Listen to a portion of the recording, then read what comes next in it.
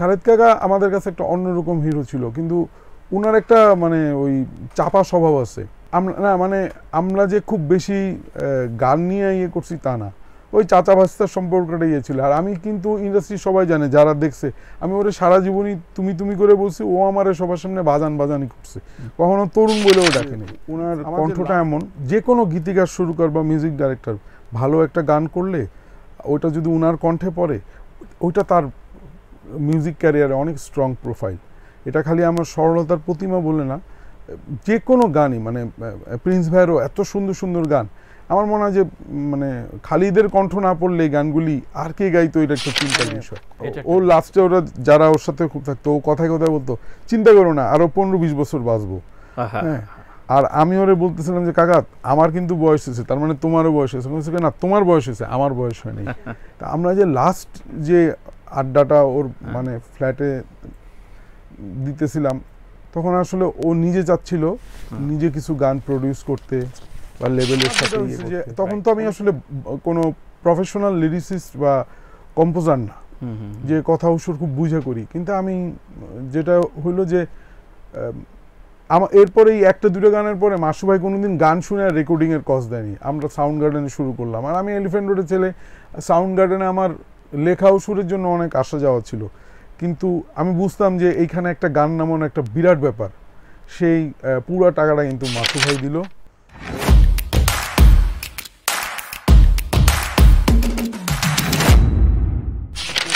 এটা তো ব্যান্ডের গান ছিল। কোনটা? স্বার্থপরটা? হ্যাঁ হ্যাঁ হ্যাঁ, আমি দীর্ঘ সময় না দীর্ঘ, আমি এটা ঠিকানা টাইটেল ছিল, সাউন্ডটেক থেকে হয়েছে। এটার ক্ষেত্রে যেটা হয়, দুইজন মানুষের ভীষণ বিরাট ভূমিকা আছে আমার এখানে। আমি একটা সোর্সে গোলাম মোর্শেদ, মানে আমার ভীষণ প্রিয় মানুষ, আসলে আমার কাছে সে একটু অন্যরকম।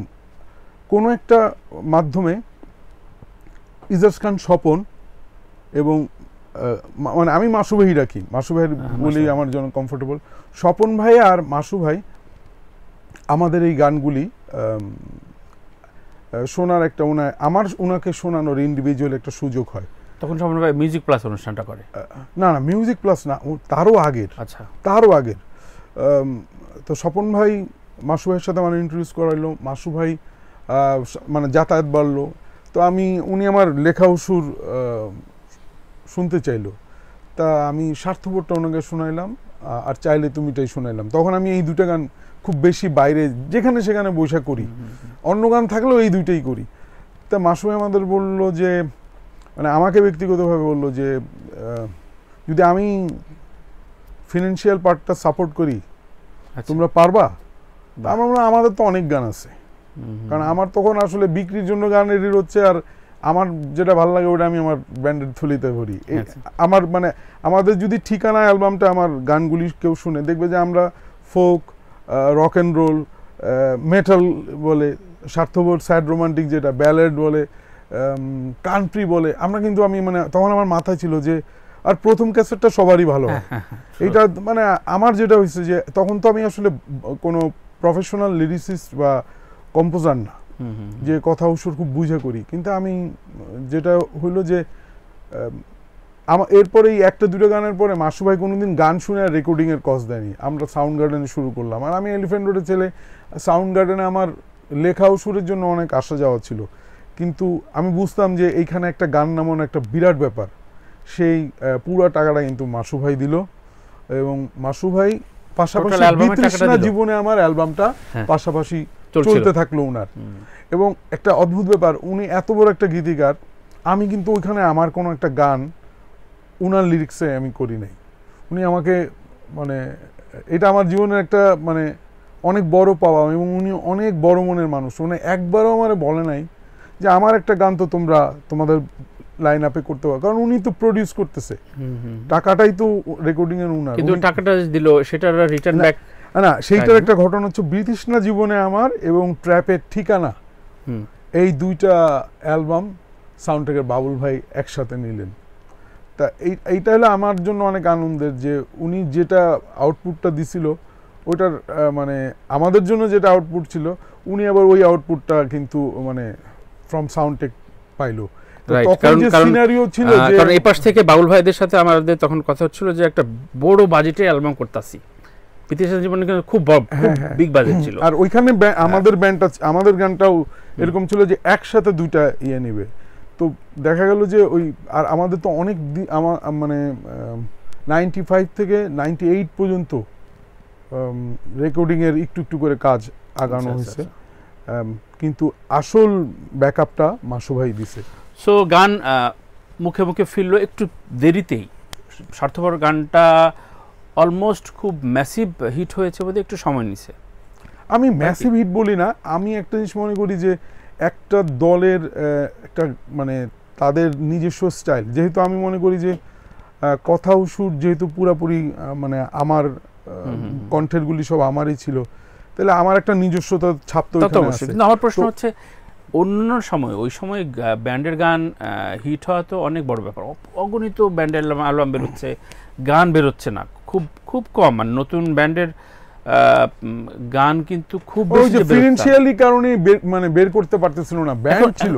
হ্যাঁ ব্যান্ড ছিল, কিন্তু এখন কথা হচ্ছে যে সেই অনুযায়ী কি ট্র্যাপ স্মুথ ওয়েতে পরবর্তী সময়ে স্টেজ বড় সেই জায়গায় ওই জায়গায় কি দাঁড়াতে আসলে ওই ক্ষেত্রে যদি বলি যে আমরা যখন স্টার সার্চে গেলাম, আমাদের যখন অডিশন দিছে, আমরা খুব মানে যেহেতু প্রত্যেককে আমি কথা ও সুরের কারণে আগে থেকেই চিনতাম, তো ওই সময় আমার বাম্বার মানে অডিশন চলতেছে, এবার স্টার সার্চ। আমাদের ভয় ছিল এইটা যে এত বড় বড় মানুষের সামনে ওটা আমার দলের বাকিদের ছিল, আমার কিন্তু খুব একটা ছিল না, কারণ আগে থেকে আমি সবার সাথে গানের একটা মানে পার্টের কলিগ হয়ে গেছিলাম।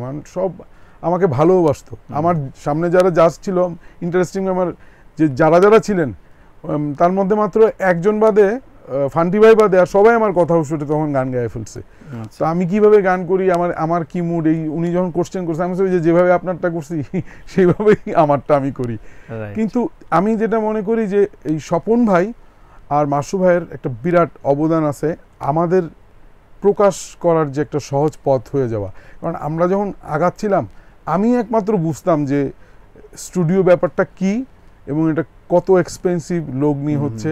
আমার দলের লোকরা কিন্তু খুবই হ্যাপি ছিল এবং ম্যাক্সিমামই তো আমার মানে স্কুলের বন্ধু ছিল।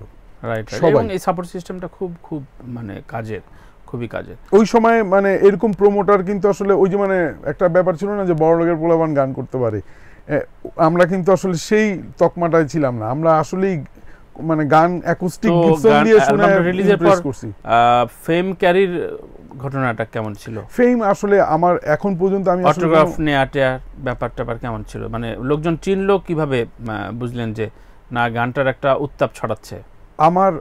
আমার যেটা হয় যে ওই স্বপন ভাইয়ের মিউজিক প্লাসে স্বার্থপর গানটা শ্যুট করলো এবং বিটিভির বাচ্চু ভাই করে দিলেন। তো আমরা কিন্তু বুঝতে পারতেছিলাম না যে ক্যামেরা যিনি আছেন উনিও কোন লেভেলের। হ্যাঁ, তো উনি আমাদের খুব মানে উনার যথেষ্ট গায়টা। স্বপন ভাই আমাকে এখনো বিনা কারণেই ভালোবাসে। চ্যানেলে তো অনেক নতুন আর্টিস্টই কিন্তু স্বার্থপর গানটা কভার করে, ওদের ইভেন্টগুলিতে থাকে।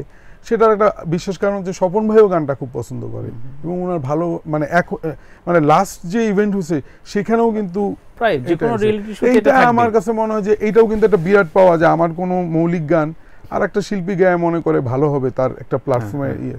তো আমাদের যেটা হয়েছিল যে আমি কথা উৎসবটা ওই সময় খুব ইনভলভ ছিলাম, আর আমি মানে ব্যান্ড নিয়ে গান নিয়ে খুব ফোকাস ছিলাম ক্রিয়েটিভ সাইডে। মানে পারফরমেন্সের ক্ষেত্রে খুব বেশি যে অ্যাক্টিভ ছিলাম তা না, কিন্তু বাম্বার মেম্বার হয়ে গেলাম আমরা। মেম্বারশিপ পাওয়াটা এটা আমাদের জন্য একটা বিরাট সম্মানের। বাম্বার ইভেন্টগুলি করতাম, স্টার সার্চ এর পরে আমরা বেশ কিছু ভালো ভালো শো করছি, বা মিক্স কনসার্ট যেগুলো সেগুলোতে হ্যাঁ আমরা ছিলাম। কিন্তু সত্যিকার অর্থে যে খুব মানে ডেডিকেটেডলি যে সবাই যে আমরা খুব অ্যাক্টিভ ছিলাম এইটা আসলে প্রশ্নটা সেখানে যে একটা উদাসীনতা ছিল কিনা, যে এটা একটা আমার মনে হয় যে আমি মানে ব্যান্ড ছিল বলে সবাই আসলে ওই আমার মতো করে আসলে কিন্তু ইন্ডাস্ট্রির সাথে না ভাবে না, এটা ঠিক না, ইন্ডাস্ট্রিতে সাথে থেকে যাবে, কাজ করবে, এইটা কিন্তু আসলে বা একটা সেশন প্লেয়ার হবে এরকম কিন্তু আমার লাইন আপে কেউই তেমন হয় নাই। রাইট। তরুণ, আমরা জানি যে সঙ্গীত শিল্পী খালিদ আপনার হ্যাঁ আমার নিকটাত্মীয়। হ্যাঁ আমার চাচা। আচ্ছা, তো চাচা বলেই কি চাচা ভাতিজা তো আরো অনেক বান্ডেল অফ ওয়ার্কস আসলে রিলিজ পাওয়ার কথা ছিল, কিংবা কাজের ক্ষেত্রে সম্পর্কটা কেমন ছিল? কাজের ক্ষেত্রে কি খালিদ কাকা আসলে আমারই তখন যথেষ্ট বয়স হয়ে গেছে। খালিদ কাকা কিন্তু মানে আমাদের কাছে, আমাদের ফ্যামিলিতে কিন্তু আমি আর খালিদ যে মানে গান গাওয়ার চেষ্টা করি তা কিন্তু না। আমাদের মানে ফ্যামিলি মায়ের পাশে বাবার পাশে অনেকেই গান করে। উনার ঘরেই আরো কিন্তু 2-3 জন শিল্পী আছে, অনেক ভালো শিল্পী ছিল। যেমন ফারুক কাকা, মহিউদ্দিন ফারুক, বেলার যে ফাউন্ডার ছিল ব্যারিস্টার, উনিও কিন্তু ভালো গান গাইতেন। আমার অন্যান্য ফুপুরা ভালো গান গাইতেন। কিন্তু গানের পরিবেশ ছিল।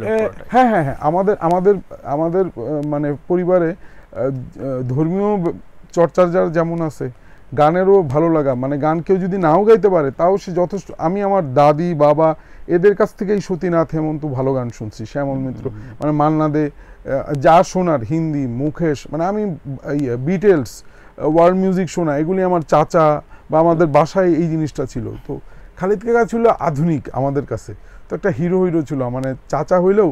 আর আমার ফ্যামিলিতে ফুপু চাচা আমরা বন্ধুর মতো। আচ্ছা আচ্ছা। আর বয়সও আবার আমি অনেকের মানে খুব বেশি ছোট না। তো খালিদ কাকা আমাদের কাছে একটা অন্যরকম হিরো ছিল। কিন্তু উনার একটা মানে ওই চাপা স্বভাব আছে,